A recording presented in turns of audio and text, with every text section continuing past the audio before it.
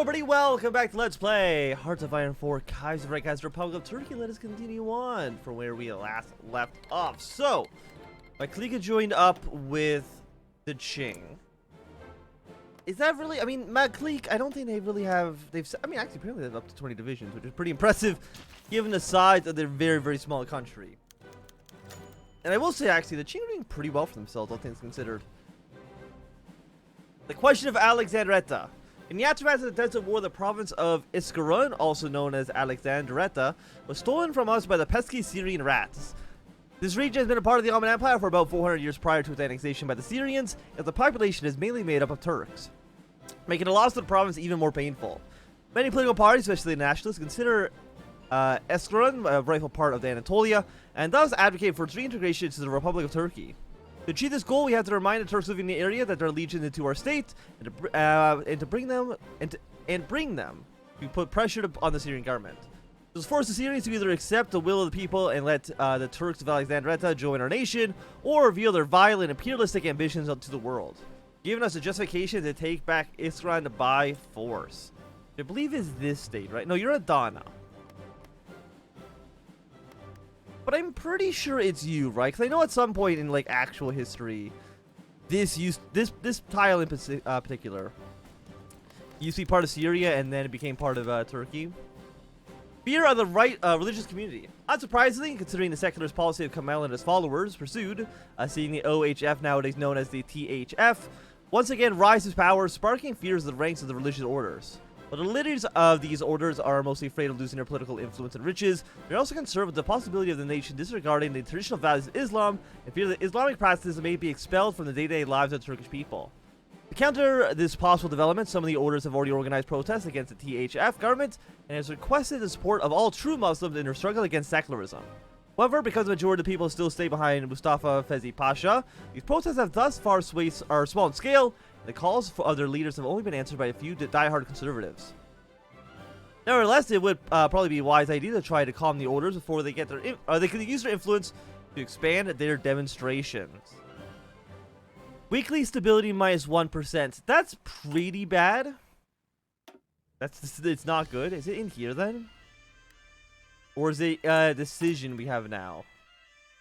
Yes, it's now. Oh no, this is the question for here. Iskarun. Thing is, like, none of you are actually called Iskarun, but I'm assuming it's Adana here.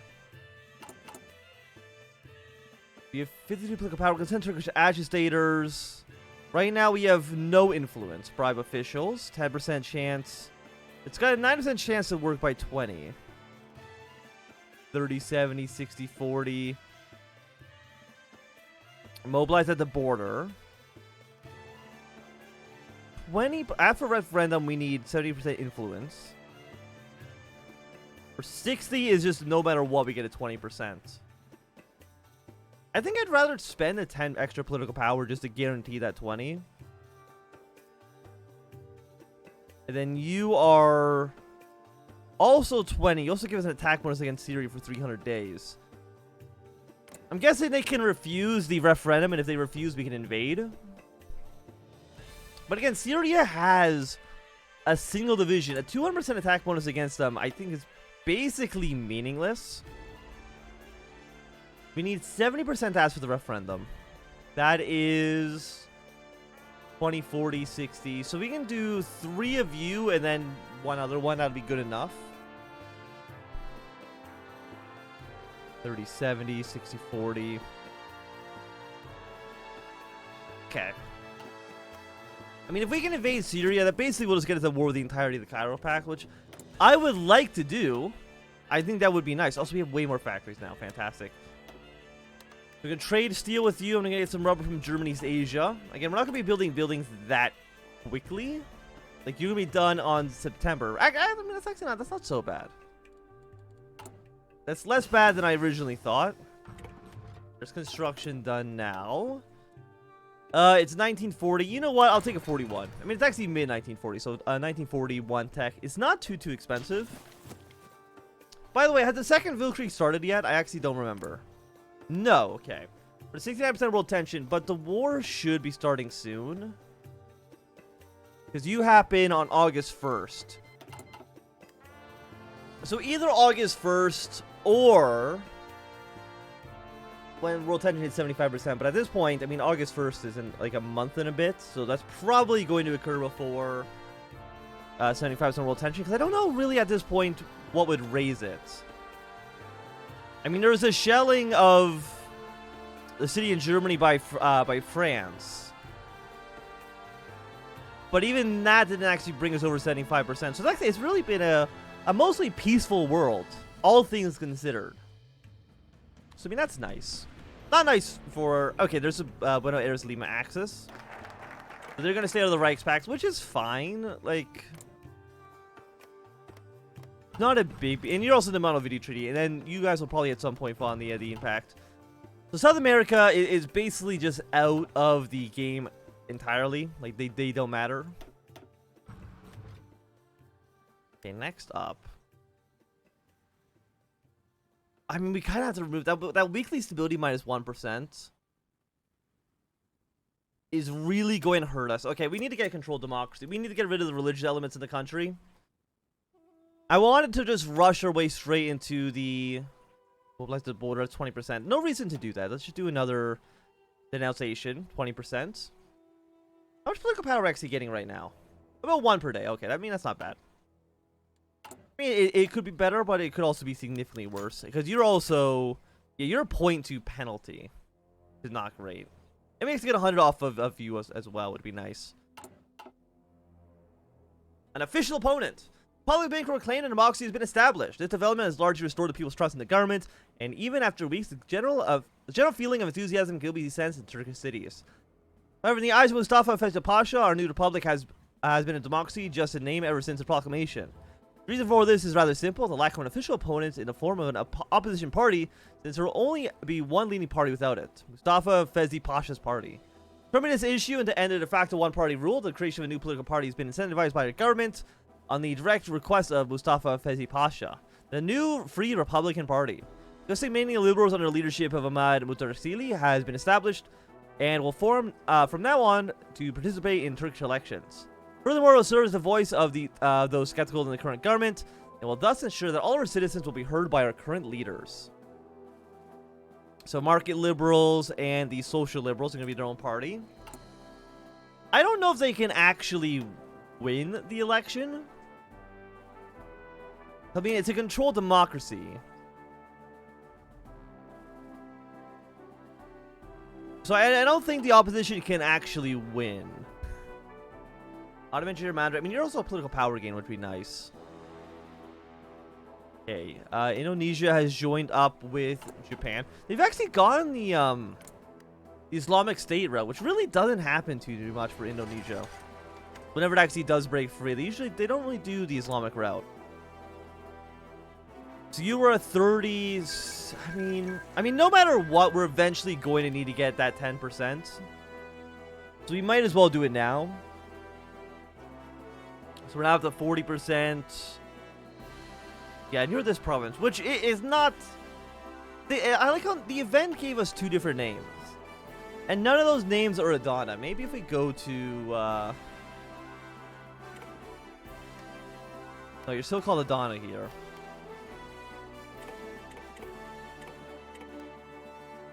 Okay. I was gonna say, maybe if we turn on, like, the regional names, maybe that would fix it, but apparently the answer is actually no, it doesn't. I mean, I'm ready to invade the Cairo Pact. A party supremacy, which is map pops from autocracy and authoritarian democracy, goes up by 5%. Then we've got to remove the religious penalty. Do we need anything other than that right away? You're more political power gain, which would be nice. I wouldn't mind it. Or manpower plus 30,000 is kind of garbage. You're pretty nice as well. Yeah, American Union States collapsed. Argentina declared war on Bolivia. War support plus 15% recovery rate, actually pretty nice as well. You're at war with Bolivia. The American Union State has collapsed. The CSA, I think, still has a decent chance of I mean, can they win this? I don't know. I don't know. I think there's still the small possibility that they can get it done. But it's going to be a close one. Also, the war in Italy is definitely going in the Italian Republic's favor right now. Okay, so we'll then go for party supremacy next. Because again, that 1% weekly, it's terrible. It'll ruin us if I don't fix it now. 1941 artillery attack. I mean, 115 days is pretty cheap. We'll take it. So how are the factions looking right now in Europe? We got 3 in the Belgrade Pact. Ukraine, are they just staying neutral? They might be staying neutral until the Second Weltkrieg actually begins. Which, I mean, should be happening, like, right now. Because August 18th, both countries... I mean, I think Germany, France, and Russia all have the ability to declare war. We'll see who does it first. The Marshal reinstates the parliament. Even true to his promise, the Marshal has decided not to abuse his emergency powers to centralize the entire authority around him, but to reinstate the Turkish parliament instead. However, Fezad was nevertheless unwilling to resign from his current position as head of state, leading him to establish more control to form a democracy with himself at the top. Despite these drawbacks, this move has been seen at least partially satisfied many of the supporters of the multi-party system, seeing how the THF is not the only eligible party with the upcoming legislative elections. Our citizens have high hopes that it will bring a much-needed fresh air and a few new faces into the political scene of our nation. Still, considering how many people trust the Marshal deeply and how he still holds on much of his powers, it can be assumed that the THF will likely keep the majority in the parliament. Thus, the election probably won't change too much politically, but it'll be the first and foremost serve as a way to legitimize Fezzi's rule, his decision to keep his current position. It actually drops my political power down a little bit. Again, we're not even the biggest party. The Liberals are the largest. And when you include all the coalition, which is the market Liberals here, and we can... and we have the National Populists. Like, they actually still, I think, outnumber us by 2%. And then we also got the Conservatives here, but they don't really do anything, I think. And we don't even have an election. I don't know. I guess the election's here. But I don't think this can actually change anything. Also, when we do this, it's be a 15% boost for our party. I mean, actually, it also boosts the OHF, the Ottoman People Party. It should actually change this to being the Turkish People's Party. Make all of this the THF. Because having it still be called the Ottoman People's Party, I don't think really makes a lot of sense. Okay, so Lebanon has declared war on Syria. Lebanon actually has an army. Syria does not have an army, so that's going to make things a little bit more one-sided. We're at 40% right now. And we haven't gotten you done yet. How long? You're 22 days. Oh, they cost less political power, and they also take significantly longer. Okay. Because, like, 100 days, while this one is just 15. Somehow Lebanon lost their war. How the hell did that happen? So we're never going to use this. I mean, 30 days is okay. 15 days, 20 days for the mobilization against the border. And again, just the war against Syria is kind of ass. Like, it doesn't really do anything to...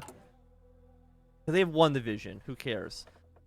The thing we're mostly worried about would be the Egyptians. They're like the real backbone of the Cairo Pact's forces, which, I mean, makes sense. And soon, I mean, they will have a border directly with the French Republic and the Entente. We'll kind of see how that goes for them. I don't know. You can bribe officials 30 days. It's a 90% chance.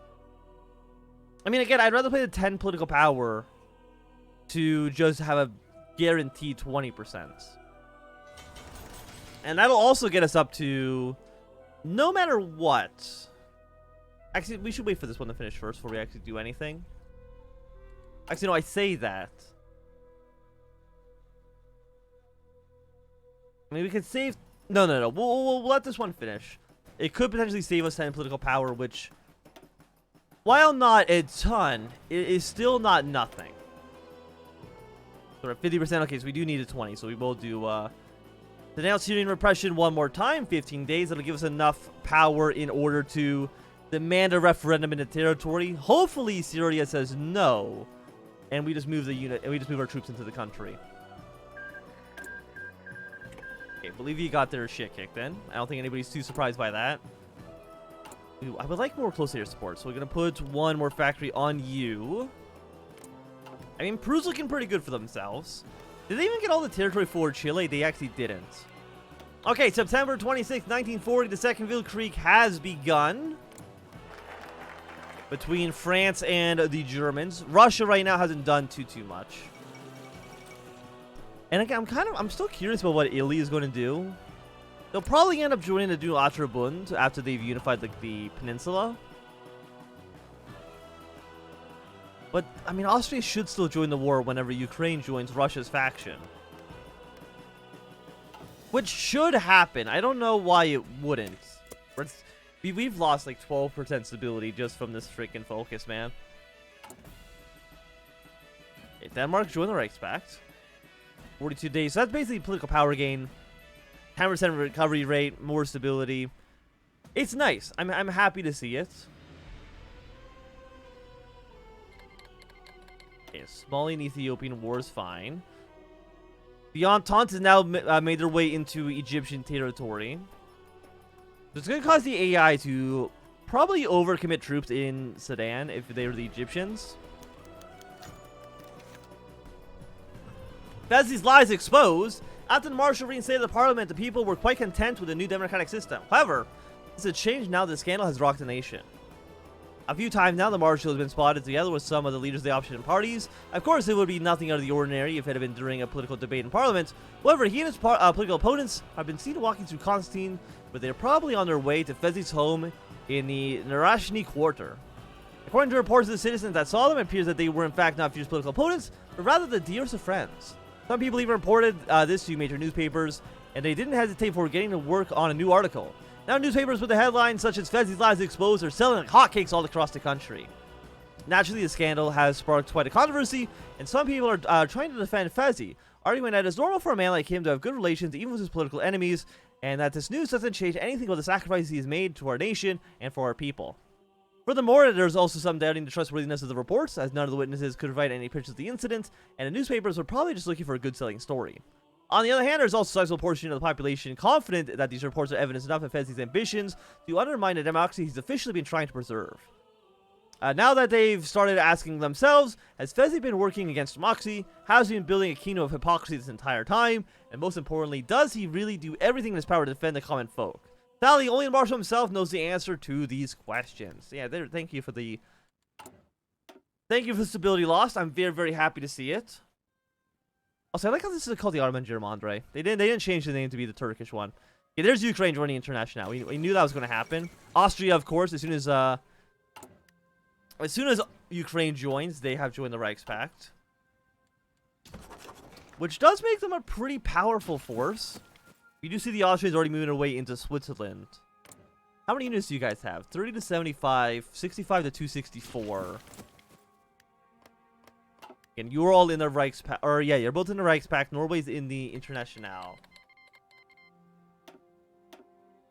Okay, and here comes the Russians. Declare war on Georgia, Azerbaijan.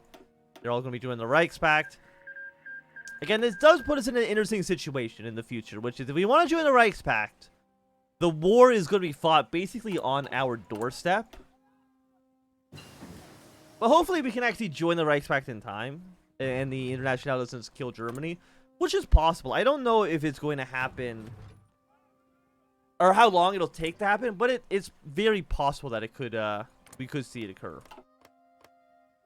You have Serbia and Romania. I don't know if they can still attack Austria, because usually they join up with the Moscow Accord when Russia and Austria at war.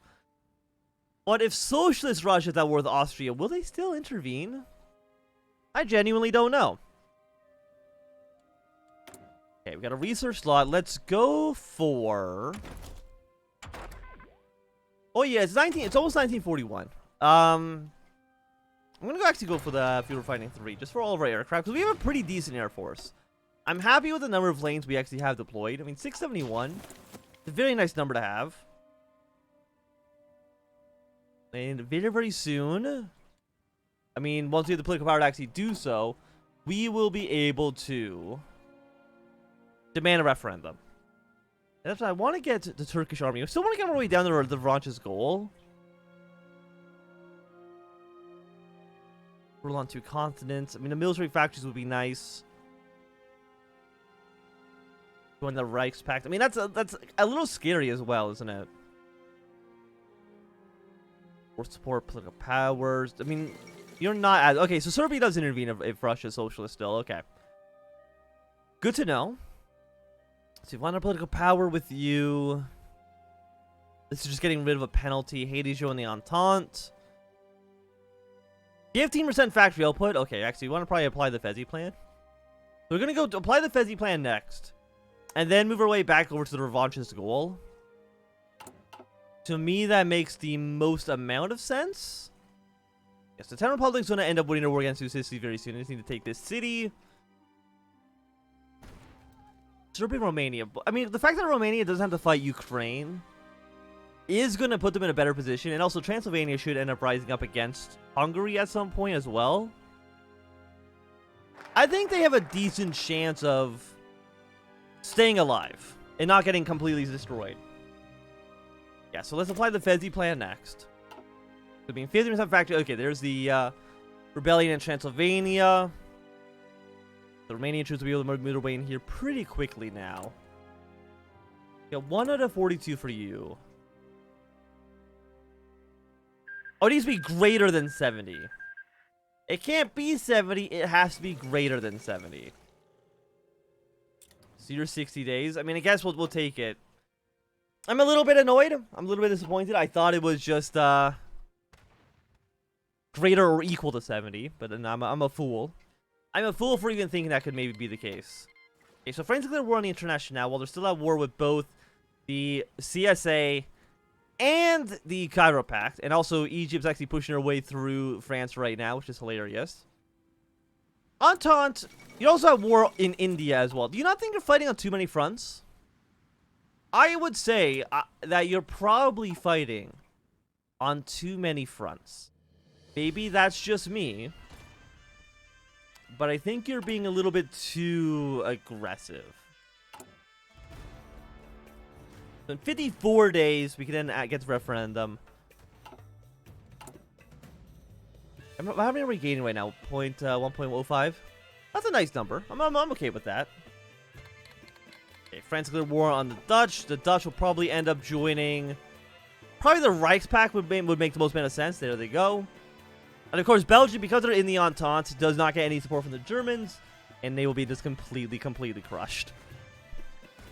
Which is very sad for them. Also, France is just pushing their way through. They're doing very, very well for themselves. Let me just put it that way. Which is a little worrying.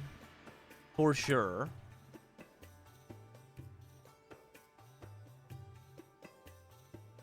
So let's see. What do we got? The 40% chance they stay. 60% chance they vote for succession. And I'm assuming no matter what, it can lead to war. Like, if they vote to leave and Syria says no, boom, war. If they vote to stay, I can get mad and I just invade them. At least that is what makes sense to me. Also, Red Army, what the hell are you doing? Get off the Iranian border, please. You're not really doing anything to benefit us. Let's go next for... I mean, what do I even want to research? You know, 1940 planes actually makes perfect sense. Let's go with you. Also, does Adon actually have any resources? No. They do have, you know, 800,000 manpower, though. 800,000 population. Those are people we can throw into the front lines. But I do think, at least for the moment, it's going to be a good time for us to end this episode. Thanks everybody for watching. If you enjoyed, remember thumbs up. Not enjoy, click some down. If you want to see more, subscribe, and goodbye.